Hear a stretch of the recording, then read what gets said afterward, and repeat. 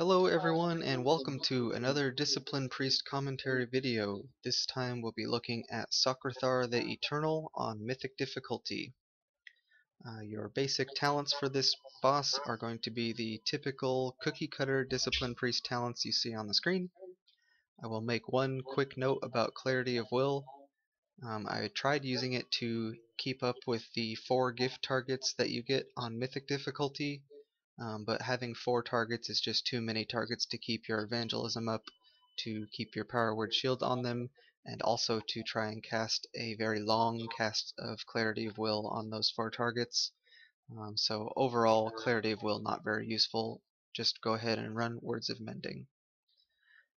So let's get into the video here. The very first thing that you'll see in the video is a mistake made by me, and that is using Archangel on the pull. You are going to want to hold Archangel. The reason you're going to hold it is a mythic only ability called Apocalyptic Fellburst. It happens 30 seconds into the fight, so you're going to hold your power infusion and your Archangel until about 15 to 20 seconds into the fight, at which point you can go ahead and spam Shield the Raid in preparation for this gigantic burst damage. The way it works is that it is going to target a random ranged member, so you should keep your ranged stacked nicely in a clump, and when it targets the ranged member, you drop your barrier off to the side and you have your pre-shields in place. You can see it on the screen here. It hits the whole raid for a ton of damage, and that will be your main job in Phase 1. For the rest of Phase 1, you're basically going to be playing Chase the Dot, which is a game that we're very familiar with as a Discipline Priest.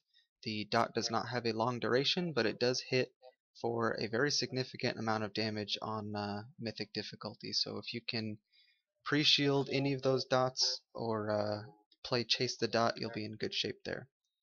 So here we are at the start of Phase 2. The very first thing that happens at the start of Phase 2 is that you get a Dominator spawn with a Gift of the Minari. You'll notice on Mythic difficulty there are 4 Gift of the Minari targets. So after the gift goes out, your priority is going to be keeping shields on all 4 of those targets, as well as the tank that is not in the construct. So basically, the rest of the fight, the rest of Phase 2, you're going to have a 5 target power word shield rotation.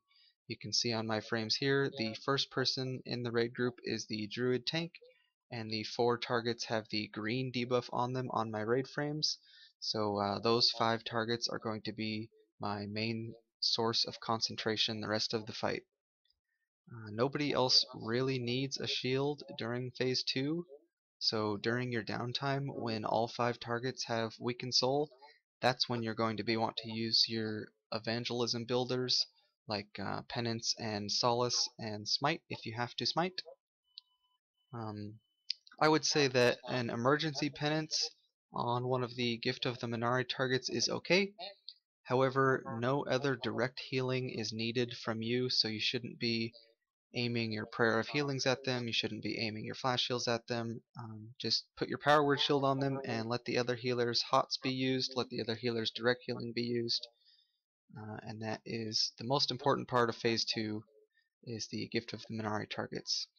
The other part of Phase 2 that you're going to be worrying about as a healer is the Apocalypse cast.